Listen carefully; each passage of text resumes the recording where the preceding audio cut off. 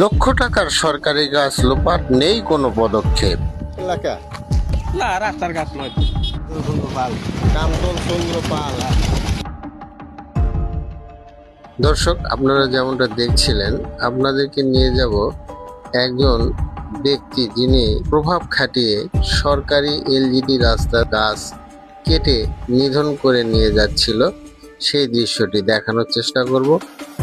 এইটা ঘটেছে বগুড়া জেলার আদমদিঘি সদর ইউনিয়নের কুসুমডি এলাকার শেষ প্রান্তে। দিনটি শুক্রবার হওয়ায় বেলা 11টার দিকে এই গাছ কর্তন শুরু করে। এদিকে বন কর্মকর্তাকে জানালে তিনি, ভাই আপনি কি গাছ কেটে ফেলাইছেন? কতটুকু গাছ কাটছেন? না, গাছের ওই ডালগুলা ফালানো আছে, বডিটা পড়ে।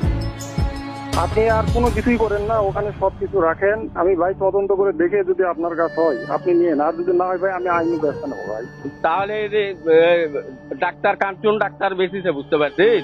ওনার সাথে না, ওনার সাথে একটু কথা কন।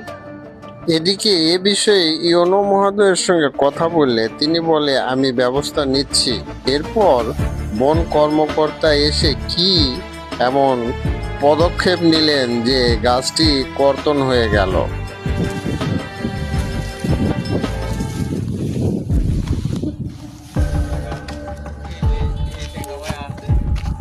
এই লোক, এই জানাশোনা লোক।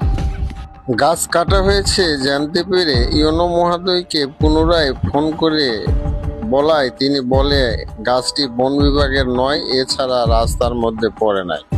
অথচ এই গাছটি এলজিডি রাস্তার গাছ, কিন্তু এলজিডির কোনো কর্মকর্তাই বিষয়টি জানে না।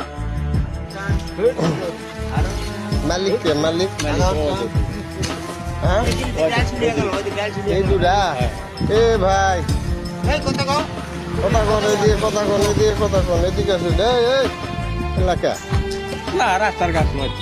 পরবর্তীতে সাংবাদিকদের সঙ্গে কথা হওয়ার পরে এলজিইডি অফিসারকে অবহিত করেন ইওনো মহোদয়। এরপর এলজিইডি অফিসার তিনার লোক পাঠানোর পরে বিষয়টি দেখা গেল গাছ লোপাট হয়ে গেছে।